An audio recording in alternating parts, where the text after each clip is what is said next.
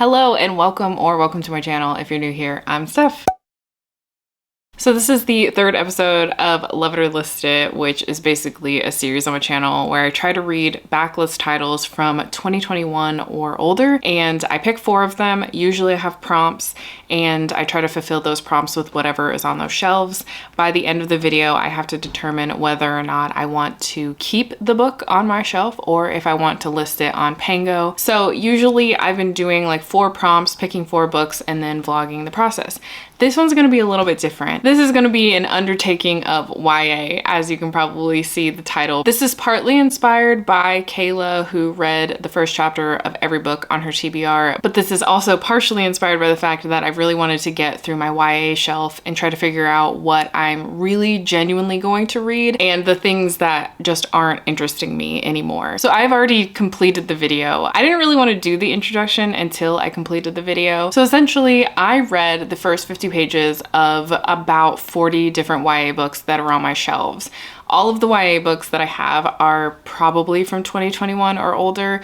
There are some that I added in there that I bought more recently that I don't think are older than 2021, but I just wanted to go through all of my YA generally. So I read the first 50 pages of each of those books over the course of this month and tried to determine what I thought would keep my interest and that I would actually complete the book. And then the 50 pages that didn't interest me, I was having a hard time getting into, I am listing those books. I'm unhauling them. I felt like 50 pages was a really good mark for me because I kind of know 50 pages in if I'm vibing with the book or not. So I thought 50 pages was a great stopping point for me to determine whether or not I was invested in the story and the characters. In some circumstances, I ended up reading about 100 pages of a book because I was on the fence about those books. But I'm also randomly picking 2 books in this vlog to read fully, like 2 books that were really sticking out to me after reading the 50 pages of so many YA books.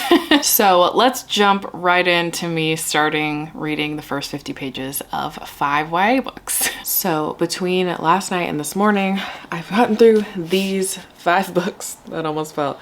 I've gone through the 50 pages of these 5 books.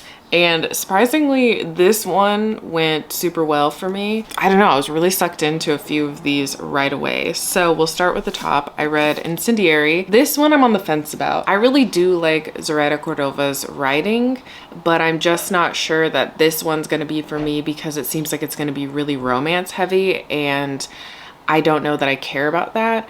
I think I'm gonna make a pile that's like my unsure pile and maybe listen to a few more chapters of it by the end of this to really determine whether or not I will move forward with it. So right now this is on the unsure pile. The next one though, Hunted by the Sky, sucked me in right away. Like I didn't want to stop reading this. So this is an absolute, I'm keeping it and I'm going to be moving forward with it, which is so surprising because this has been on my shelf for so long. I think it came out in like 2019.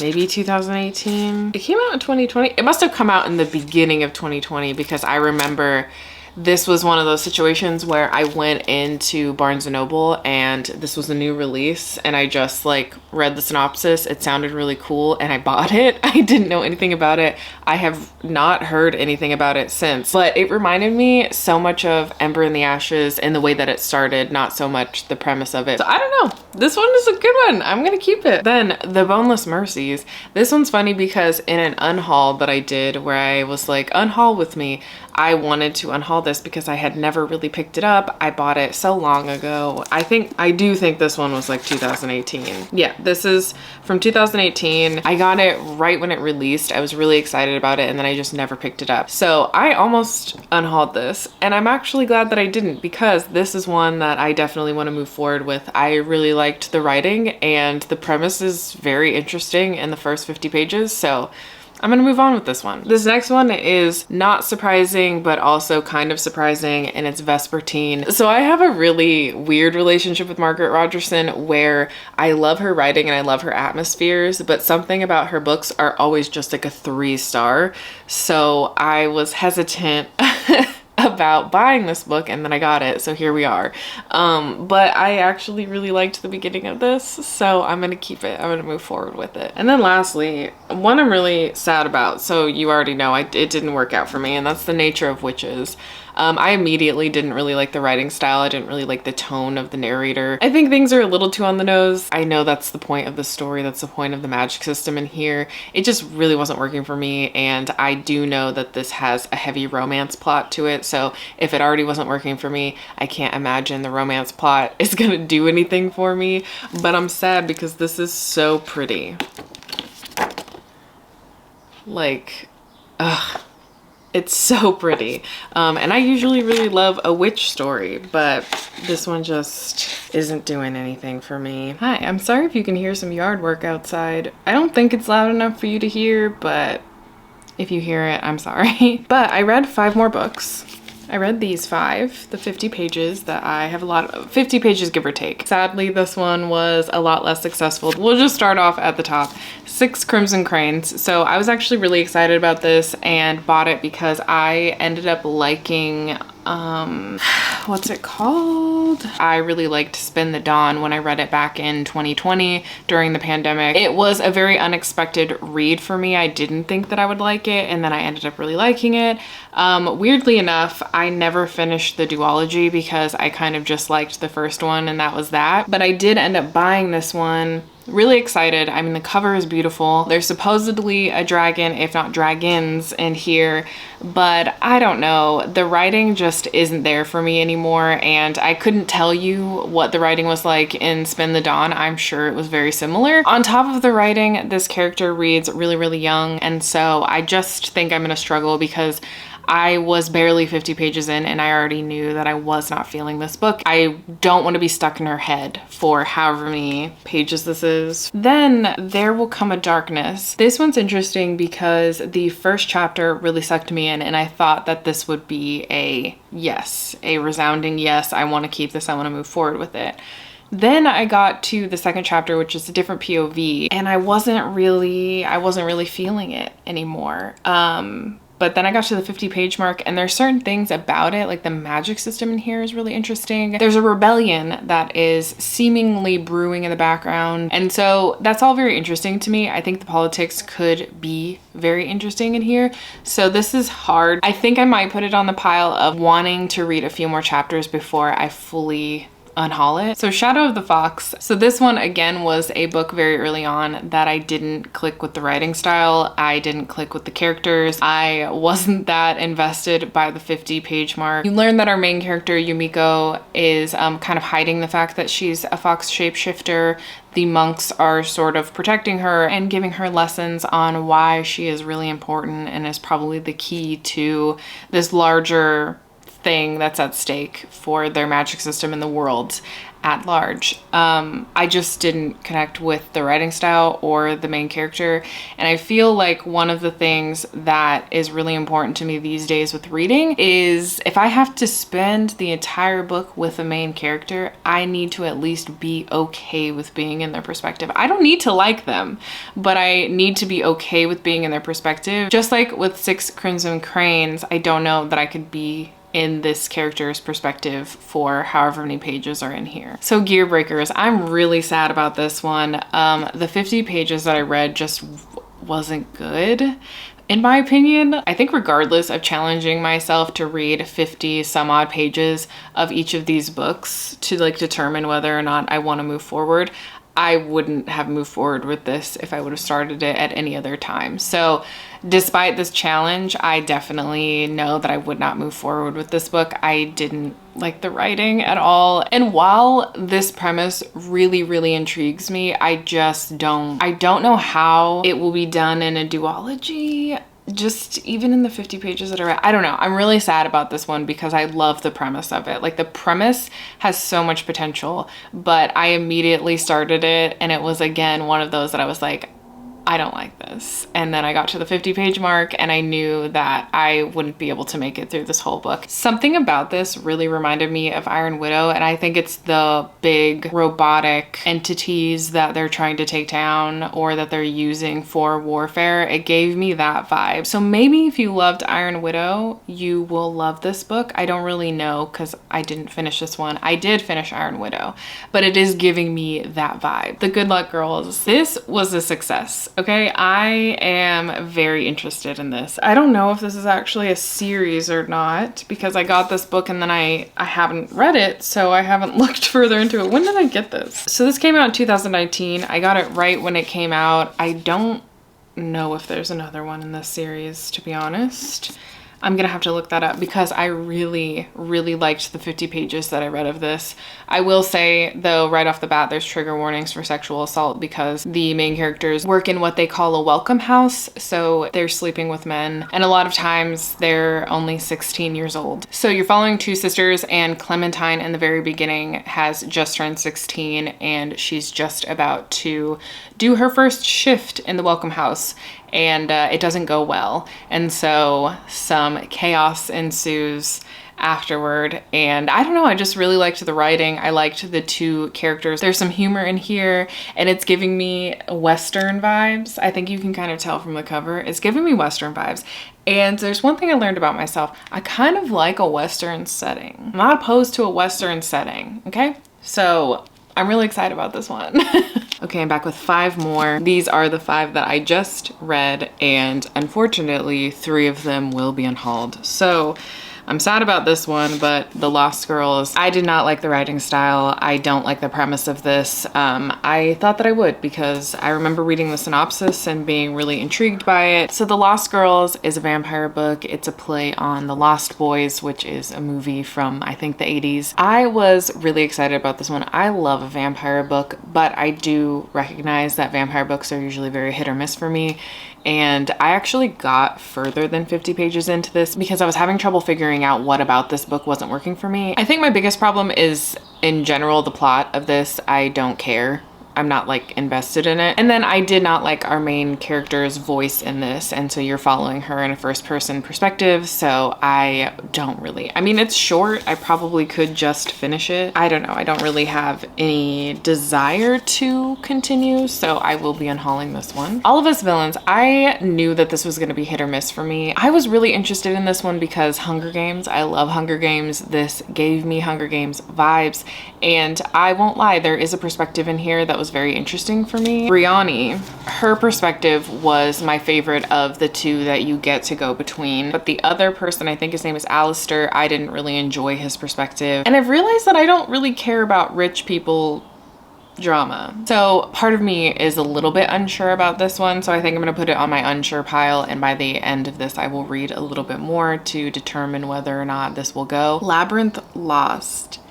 I'm so unsure about this one, but unfortunately leaning more towards probably going to unhaul. I don't know what it is. This is actually my second time trying to read this book, and both times I've found it very hard to get into it, and it was actually very difficult for me to get through 50 pages of this. So again, this is going to be one that goes on my unsure pile where I read a little bit more of it and then make my final decision. Last Night at the Telegraph Club. Easy yes. Easy yes. The 50 pages were delightful. I love the writing style. This is set in San Francisco. If you didn't know, I'm from the San Francisco Bay Area and I miss it desperately. So it's so nice to be here seeing the Bay Area at a very different time, as this takes place in the 50s, and I love queer coming of age novels. So this is a yes. Truth Witch. So I'm not necessarily surprised because I've always kind of thought that I would love this series, but I didn't realize how much I would love it in the very beginning. So I got 50 pages in and I just wanted to keep going. I had to stop myself from reading. So this has to be a resounding yes. I love the idea of this blood witch being able to smell other witches' blood and know that they're a witch, and the 2 characters that you meet, they're kind of in hiding. They don't want people to know that they're witches. So I just had a lot of fun with the first couple of chapters of this. So I definitely have to keep this one. Good morning. I read another 5. We're making our way through it. This one, again, was a little more successful than the other ones. Sanctuary, this one is about immigration, and just the first chapter alone, I was like, yes, I want to read this. A young girl is killed at the border, and it's shown on television, and our main character witnesses it, and it spurs her into wanting to start change in the US. And then you find out that this is kind of dystopian, where anyone who is an immigrant in the US had a chip put in them, implanted in them. And so by the time you get to the 50-page mark, you are learning a little bit more about that. And our main character and her family are from Colombia, so they have this chip. But I really enjoyed the writing right off the bat. Like I said, first chapter in, I was like, oh, I want to keep this. I want to read this one. I also love the art style of this cover. I mean, most of these covers are beautiful, but something about the art style of this one I just really love. The Henna Wars, another one that I absolutely want to keep, which isn't really a surprise to me because I think I read the first couple chapters last year and then my hold ran out or something like that. But right off the bat, our main character is coming out to her parents and it doesn't go as planned. And I'm pretty sure I said this in another clip. I love a queer coming of age story, so I'll definitely be keeping this one. The Mirror Season. I'm going to keep this one. I'll say that right off the bat. But I do think this is going to be a pretty tough read because this is about sexual assault and it's right at the beginning of the book. There's even some trigger warnings. So if you do have this book and you're planning on going into it, just know that is the premise, is about a sexual assault. I'm not sure what you'll see on page because in the beginning it's the aftermath of a sexual assault and the main character kind of alluding at situations that happened, but I'm sure obviously that's something we'll get deeper into and I don't know what we'll see on page. Sexual assault is a pretty big trigger for me, but when I know that that's what the book is about, it's a little easier for me to read it and not feel too overwhelmed. I mean, we'll see how that goes further on, but this is a nice surprise because the last book that I read by Anna Marie McLemore, I ended up DNFing. So I'm really hopeful for this one because my experience right off the bat was much different than the last book that I read. The Forest of Stolen Girls.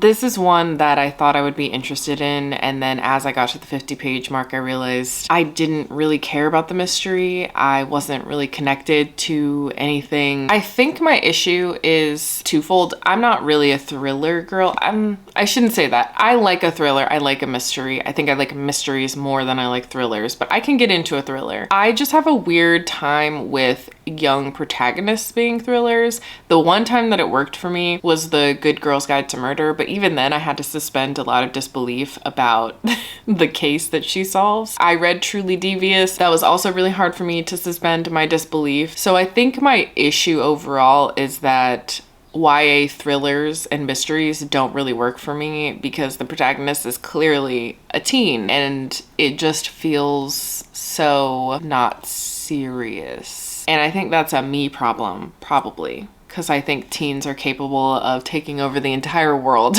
I work with teens, I work with kids. They are so smart. It's just something about that in books doesn't work for me for some reason. Lobosona. I'm really sad about this. I actually read more than 50 pages because I felt like the first 50 pages, it was a lot of info dumping and a lot of like trying to adjust to the world and adjust to our main character's changes that she's experiencing. But I made it to 100 pages and I still just was having such a hard time connecting to the character. There was a lot of info dumping.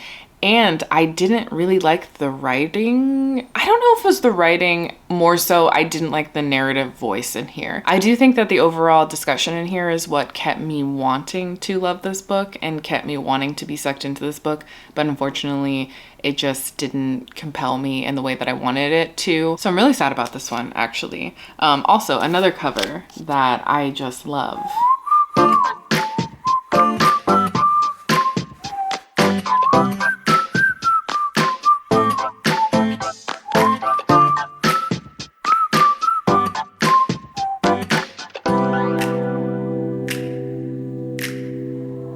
Falling to pieces in my room. Are you coming over? That's cool. I could use a little something to do. We could go outside, take a little ride if you want to. That's cool. I did what I was supposed to. I've been getting unsweetened oat milk. Milk? I've been getting unsweetened oat milk and it tastes like Play-Doh. So I'm not having a great time with my morning treats. I know thus far I've been doing things in 5 increments, but yesterday I had some time before work because I've been trying to like limit my social media time. So I had a lot of time before work to read and I ended up reading 50 pages of the rest of all the YA books. So we're gonna quickly go over them, and then I'm going to choose the 2 that I want to read from all of the books that I've read so far. Starting with the Lesbiana's Guide to Catholic School, I'm definitely going to be keeping this one. Again, I think I've said before, queer coming of age usually works for me, even YA ones. 50 pages, I was already really liking it, so I'm excited to dive into this one. I think I'm going to save it for June. I had thought about reading it for this vlog, but I think I want to save it for June for some of the readathons that I want to participate in. The Girl Who Fell Beneath the Sea. This one was rough because I don't know in theory if this is something that I would like give 5 stars, and like the goal isn't to always read a 5-star. The goal here was just, did I want to read it in general?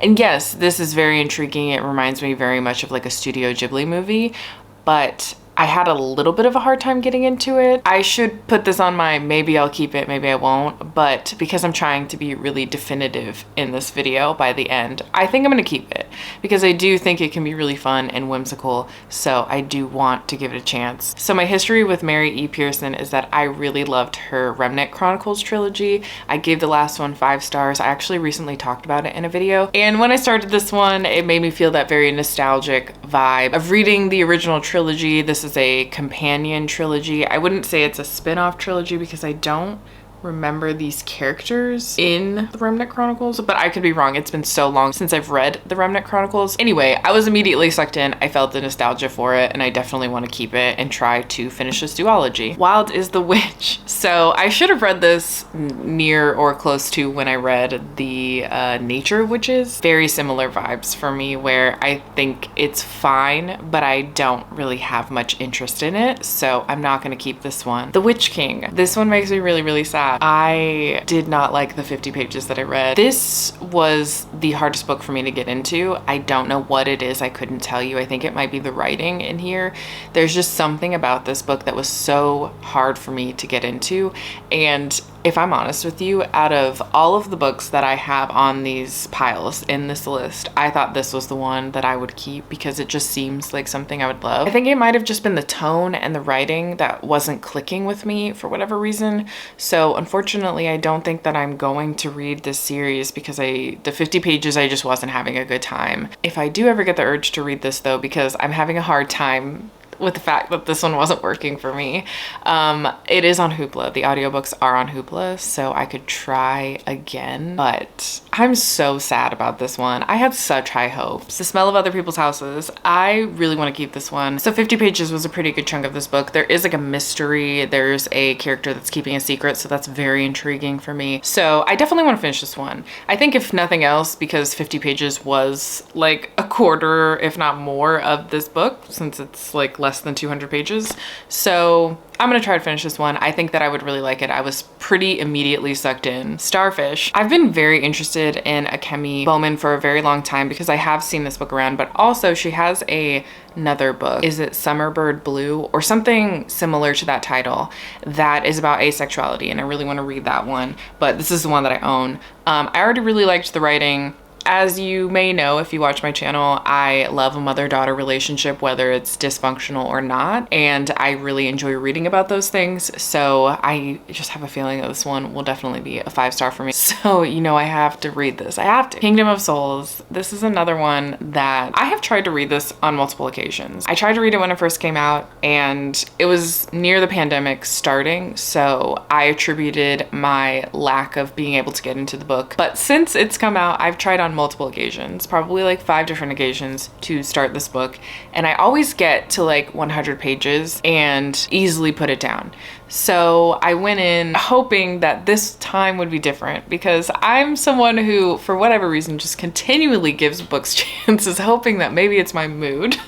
I don't think it is. I sadly don't think this is gonna work for me, and it really sucks because Witches Steeped in Gold is a very similar situation where I want to love this book and I wanted to love Witches Steeped in Gold, and neither of them worked for me. I mean, Witches Steeped in Gold I actually like read almost to the very end, but this one I don't know why I can't get into it. this just seems like something I would love. But I think, again, it's the writing, which is something I've noticed with YA more recently. And I think it's interesting that I'm doing this experiment. And I've also been saying that I don't think the tone of the writing has worked for me, because I very openly and candidly have said that, like, if it's legible and I can read it, then, like, I'm fine. And usually I am. But I don't know if there's like some type of formula that YA uses, but sometimes there are some YAs that feel so similar to other YAs. But like sometimes it's hard for me to distinguish these books from one another. I don't fucking know. But there's something about YA where I know very quickly if the tone of it and the writing isn't gonna work for me. I feel at a loss for some of these books because I really wanted to keep them. Like this was another one that was in my top 5 of what I think I would keep, and I'm not gonna keep this one, but I love this cover so much. And I love the premise of this. I love the premise and the idea of this so much. The Scorpio races, I'm not keeping this one. This is not surprising to me because I have tried to read Maggie Stiefvater's other works outside of the Raven Cycle, and I love the Raven Cycle. It is one of my all-time favorite YA quartets series. I love it so much, and I will die on that hill. But I think that there is a limit to where Maggie's writing works and doesn't work. And I think everything that I've read outside of the Raven Boys, her writing becomes very tedious, and I felt that in here. I know a lot of people actually really like this one. Out of all of her other works outside of the Raven Boys, people tend to like this one the most. I don't know, it was tedious to read the way that she like writes things. I love it in the Raven Boys because I feel like it goes with the tone and the story, but in here it was just really tedious. Although I will say the premise of this, very interesting, and I sort of wanted to push through because I like the idea. I like the concept so much. It's called the Scorpio Races, and every November these Scorpio races happen where these water horses come to life and people participate in these races, and some die during the races. And so you're following a character who's about to participate in the Scorpio races, and all of that is very, very interesting. And it makes me want to push through this book, but God, her writing is tedious in here. East. I bought this on a whim. Randomly. I think I saw somebody on Instagram years ago talking about this because they got a cover redesigned by Charlie Bowater, and I'm nothing if not a sucker for a pretty cover, so I thought that I would really like this. It's not to say that I didn't, but the 50 pages I just kind of knew that this wouldn't be like a 5-star favorite type of read. Not to say that I wouldn't love it, but I recently started going through the Graceling series with my patrons, and we ended up ending that early because most of us weren't really enjoying them as much as we thought we would be. And it's not to say that the Graceling series doesn't hold up or that it's not good, because it is. I actually think had I read it back when I was really into YA, I would have given the whole series, well, I mean, I guess the rest of the series just was published, but what was out, the 3 books that were out, I probably would have given them 5 stars. And this is giving me that vibe. They're very different, I'm sure, but this was giving me that vibe. And so I knew that this wouldn't be something that I would hold on to after reading it, and I wasn't interested enough to keep going anyway. So I think that this one I'm not going to keep because I didn't have that much interest. Like, it's beautifully written. I see why people would love this duology. I think it's just a duology. And I think the second one was released years after this one, which is why I think the cover redesign happened. I digress. I'm not going to keep this one because I just don't see myself reaching for it. Forest of Souls. We have another really beautiful cover. This was another book that I was anticipating, got it on release day, probably pre-ordered it, I can't really remember. And I struggle with this book. I struggle because I have tried to read it on multiple occasions, and I think my lack of attachment to the main character is what makes me struggle so much, because on one occasion I think I got almost halfway through this book and realized I didn't know what was happening. I didn't understand what was going on. I thought it was a me thing. I tried on another occasion, didn't get very far, felt like I wasn't in the mood for it. And this one, it's one of those things where I feel like I could really like this book, but it's so easy for me to put down and like forget what's going on, which makes me think that maybe this just isn't the book for me. This isn't the series for me. I'm just struggling to get into it. I'm struggling to remember what's going on, but it's so pretty and I love the premise. It's just one of those situations again that I hate, when a book sounds right up your alley and it doesn't work for you, it's so disappointing. Angel of Greenwood, on the other hand, the 50 pages of this really sucked me in. Again, this is a pretty short one, so 50 pages of this is getting pretty deep into the story, and I was pretty invested in what was happening in these characters. And this is actually a story about Black Wall Street, so it is a historical fiction. Running with Lions by Julian Winters. This one I'm so excited because I've had it on my shelf for so long. I don't know if it came out in like 2017 or 18, but either way, I've had it on my shelf since then. I was very excited about it and I just never read it. But the 50 pages of this was really fun. This again is like a queer sports romance, and I have learned that I love sports romances. So this is, I think, gonna be a really fun time. Vampires Never Get Old, Tales with a Fresh Bite. This was difficult because how do you read 50 pages of a short story? So I just read the first 2 short stories and I liked them enough. So I bought this because there are 3 authors in here that 1, I was interested in, and 2, I've loved in the past. So I've loved Rebecca Roanhorse and V.E. Schwab in the past, read their works, really enjoyed them. So I got to read Rebecca Roanhorse's because I read the first 2 stories in here. Loved Rebecca's. It was, I don't know if it's like a favorite short story I've ever read, but I enjoyed it.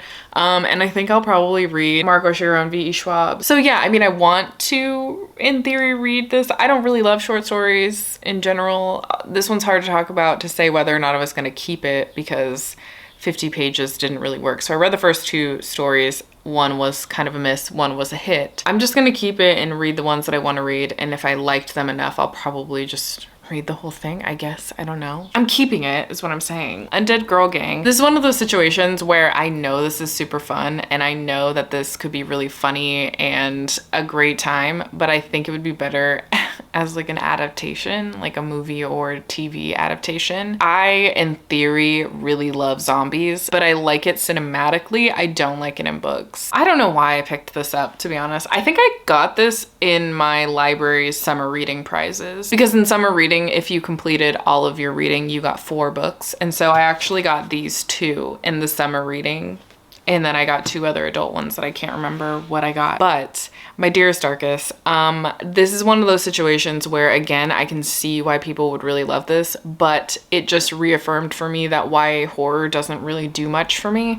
I think the last YA horror I read, I gave it 2 stars. I just know myself. I don't like YA thrillers and horrors very much. Like, it's very rare that they work for me. The 50 pages, it was fine, but I just knew that this was like not gonna be for me. Far Wilder Magic. This one was very surprisingly a pleasant read. I really loved the writing in here. It felt very whimsical and magical, and this didn't feel very YA. The only thing I'm concerned about is that it does say a love that could risk everything. I'm just afraid that the romance is going to overtake everything that I'm liking about this book so far, but I'm going to give it a chance. I am going to keep this one. Loveless. I'm absolutely keeping this one. I have yet to read a book about asexuality where it's this character's coming of age, like they're realizing they're asexual and really coming into who they are in their sexuality. I'm very excited about this one. I liked the first 50 pages a lot, so I have to keep this one. So out of all of these, I am keeping 10 of the books, which is far more than I anticipated, if I'm honest with you. So that being said, I did want to find 2 of the books that I was interested in reading right now. And the 2 that I decided on are The Henna Wars and Loveless. Loveless, mainly because of what I just said. I was really enjoying it. And the main character is Ace, and she's learning that she is Ace, and I just really want a story like that. And then this is another queer coming of age novel. Our main character comes out to her family at the very beginning of this book, and then there's a crush that she has, and this crush has created a competing henna business, but she doesn't realize that she's actually culturally appropriating henna. I'm very excited about this one as well. I've heard nothing but good things. So we're gonna read both of these. Hi, I just got home from work and I've been listening to the Henna Wars. This is so cute. Like, I'm 30% in according to the audiobook. I guess I'm here. I guessed because I thought the last chapter that it said I was on was 16. Anyway, I'm really glad that I picked this one up. I had high hopes for it in general. I mean, when I read the first 50 pages, I was immediately sucked into it, but I also just love queer coming of age novels. That's why I still end up owning a lot of queer coming of age novels, because they end up working really well for me for the most part. So So I was super excited to pick this one up. I also just needed something a little bit lighter because after reading the 50 pages of all of those YA books, I was in a really bad reading place. I was kind of beginning to hate reading, if I'm honest with you. I just don't recommend reading the first 50 pages of that many books. I really don't. So the Henna Wars was kind of a must, and I'm glad that I picked it up because it was exactly what I needed. I really like the conversations happening in here. I like our main character a lot. I think that this has a lot of those tropes in terms of like a character is going through this huge change in their life and then they lose some of their really close friends, or their close friends and them have like some sort of falling out for a time, and you know, you hope that they come back together by the end. I don't know if that will happen here because a major theme and discussion point within this story is about cultural appropriation and about the racism that's happening in the story. So basically Nishat actually comes out to her parents at the very beginning of the story. They don't have like an explosive reaction to it, but they don't have a positive reaction. It's very negative in the way that they kind of go silent about it and try in ways to pretend like she didn't come out to them, which feels worse for her than them having some sort of reaction. She's working through that, and this girl named Flavia comes back into her life that she knew back in primary school. She realizes now that she may have had a crush on her back in the day, and it's sort of coming back. She's getting a little bit of butterflies for Flavia, but as soon as the school project comes up where they have to create a business model and try to be as successful as possible throughout the semester, Flavia and Nishat have a kind of falling out because they are both starting henna businesses, but it is not part of Flavia's culture. So Nishat is trying to tell her, like, you are appropriating my culture and trying to make money off of it. And Flavia is like, well, it's just an art form. Art forms can't be cultural appropriation. Meanwhile, there are other characters in Flavia's life that have been overtly racist towards Nishat. So there's a lot of conversations about cultural appropriation and what is within your right as an artist to do and make money off of.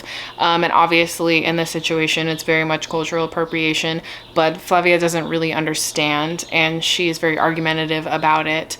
But I think that she'll probably have a breakthrough because she seems to really like Nishat. So I'm kind of at the part in the book where things are falling apart for our main character. So I'm looking forward to that uphill climb where things are positive for our main character because she's really going through it right now. Hello. Today was so gross that I had to come home and take off all my makeup and get in pajamas and just like feel human again. But in other news, I finished the Henna Wars and I actually finished this a few days ago, so I feel like my thoughts on the ending are a little bit cloudy, which I feel like this happens a lot with YA contemporary. I know that when I finished this, I gave this 4 stars. Like, that was my immediate thoughts. And then when I did Call Pile, it was still 4 stars. And I definitely loved a lot of this book. I don't know that I would reread it.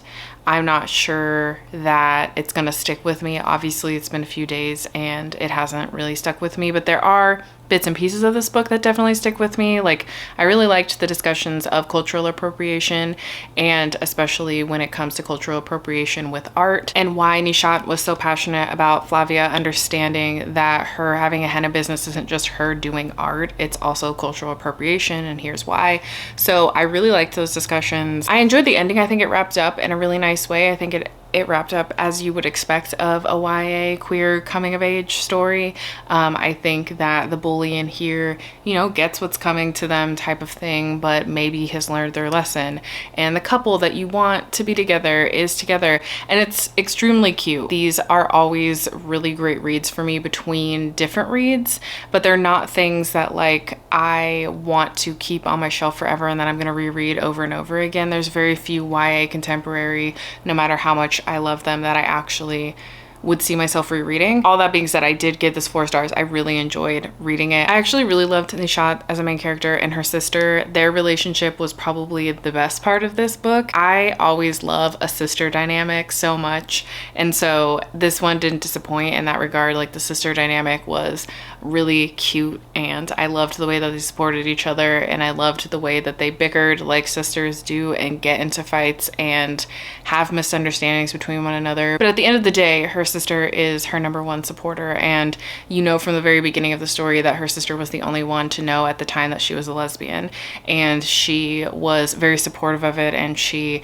was very supportive of her telling her parents, but also weary because she was afraid of her sister getting hurt, which she does because the parents really don't know how to respond to it, and they do talk about how culturally being queer affects them and would affect her, and I think that was a really great conversation as well. But ultimately, like, the sweetest thing is the sister relationship, but also the parents finally seeing that they need to get past certain traditions because that's not the way the world is anymore. That's not the way the world is going. And we have to stop pretending that traditional values are the only values worth upholding. So I did end up really loving this. Do I think I'll reread it? Probably not. I'll have to sit on if I think I would unhaul this, but at this point in time, I would probably unhaul it because I have read it and I don't think that I will reread it. So I started Loveless and I love it. I love it so much. Oh my God. I feel very seen. I wish I had this book in high school because the way that Georgia navigates relationships, the way she thinks about being attracted to people, the way she thinks about sex and kissing and just relationships in general, I relate so hard. I also didn't know so much about myself until I was much older, and I had forced myself into a lot of different relationships thinking that these things fit and thinking that because somebody had a crush on me, then I should reciprocate that, which is not fair to that person or myself. But I've had such a skewed idea of what relationships should look like and what they should look like for me to feel fulfilling. So it's really nice to read this and just feel like you completely understand this character and like you have been there and you know exactly what she's going through. I especially relate to her relationship with her roommate Rooney, who is very social, very outgoing. People just are drawn to her. She easily makes friends. I'm somebody who's very introverted and very much a person that's like, oh, I'm bothering people, so I don't want to bother them with my personality or my friendship, which is really silly, but it's just who I am. And I still, to this day, at my very old age, feel this way. And it's like, you would think that I would get over it, but there are so many people that I've met who have become my friends that I'm like, wow, I wish that I were like you. I wish I had your personality. I wish that I was this outgoing, and I wish that I could show my personality as easily to people that I've just met as other people, and it doesn't happen for me. Like, even on YouTube, I know that the majority of my personality is hidden away. I think that's just like the nature of YouTube and doing a video by yourself. Like, your personality is a bit different around other people in terms of like, maybe you're more sarcastic with other people because it's easy to like bounce off of each other, or maybe you're a little sillier with other people. I still get scared to show parts of myself on the internet because the internet is a very judgy place, but so is the world. So I just completely understand and relate to Georgia, not only in the asexuality part of it, but also just the socializing aspect. Socializing is so hard for me. I have so much social anxiety, and I didn't think that that social anxiety would translate to like live shows and doing things on the internet, because it seems to be easier for me to like talk to a camera, but it's really hard for me to do live shows even to this day. It's getting better with Patreon because I'm doing it more consistently, but even then, that's like my safe space. I feel very safe with them, so it does feel different, you know. And it also, dynamics change when other people come into the picture, and I've constantly my whole life, just like Georgia, felt kind of like a background character in most people's lives. So I'm loving this in many ways because I feel very connected to the main character. I'm gonna keep reading this and cleaning my house, but I just wanted to do a check-in and talk about how much I'm loving this, and that, like, you know, I'm glad I did this experiment even though it was tough because my reading was not doing well. But it's been nice to read some queer contemporary YAs, and it just reminds me why I love a queer coming-of-age novel. I finished Loveless the other day, and this was everything I didn't know that I needed. I really haven't read many ace books, like where the main character is coming into their sexuality and like learning about asexuality and how their friends are responding to it, and that conversation of not being broken but feeling like you're broken because of societal expectations around sex and sexuality. Georgia's character resonated really deeply with me. Now, we aren't exactly the same in the way that we view our sexualities and etc., but there's so much in here that is very much me and very much how I feel, especially in terms of how the world views people who are asexual. That aspect was so real and so accurate, and I think you can only really understand that feeling when you are coming from a place of feeling like you are broken and society is telling you that you are broken and that maybe you need to do this to fix it or this to fix it when it's not something that needs to be fixed. Also just loved when Georgia really started to understand her sexuality and that she was asexual, because it was such a beautiful moment for her and for you as the reader, and it made me very emotional. It made me so emotional. Like, it was such a great story. And the fact that we are exploring another character who's very sex positive, and that was a really interesting conversation to be had in here alongside a character who is coming to terms with their asexuality. And I don't know, this just felt very reminiscent of being in college and learning about yourself and learning about other people and your horizons being expanded. Like, that's at the core what this book is. Like, obviously it's an exploration for Georgia of learning about her asexuality, but also it's an exploration of just growing up and going into college and being exposed to so many things that you may never have been exposed to. And I definitely felt that when I went to college, so I just related a lot to this. And I think the fact that it is set in college had a little bit of a different vibe than a lot of the YAs that I've read where they're in high school. It's interesting because I couldn't help but compare this to Fangirl. Very different stories in the sense of what's being explored, but they're both new adult books set at the very beginning of college, but they're in the YA category, right? And I think that this gave me what Fangirl couldn't give me and what I wanted from Fangirl. Not necessarily that it was like a queer coming of age story, but just the way it was told, the way the friendships were portrayed, the way relationships were portrayed. It was just everything I wanted from Fangirl that I didn't get. I think even the fact that our main character reads a lot of fan fiction played into that comparison of Fangirl. But yeah, I loved this. I loved Georgia. I loved the friendships. I did give this a 4 stars, and that's only because I felt the ending was really drawn out.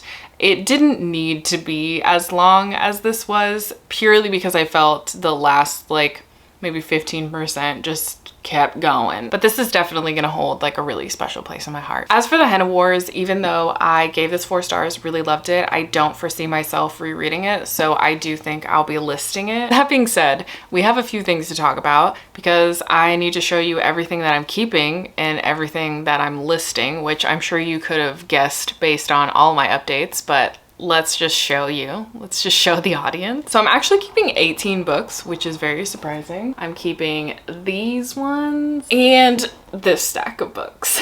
And then I will be listing 21 books, which is a lot. So we have this stack, which is not all fitting in the frame, but this is the first stack. The second stack. So I actually have a completely empty shelf right here. I just have one book. You're probably asking why I didn't read that one. Is my arm in the way? Probably. That's Jared's book, so it's a book that I'm reading because he wants me to read it. But yeah, I'm listing quite a few books. I don't know how long it's going to take me to get these on Pango because I'm so lazy about Pango. But they're going on Pango. Anyway, if you've made it this far, please leave a purple heart or a book stack emoji, dealer's choice, in the comments below. And I will talk to you next time. Bye!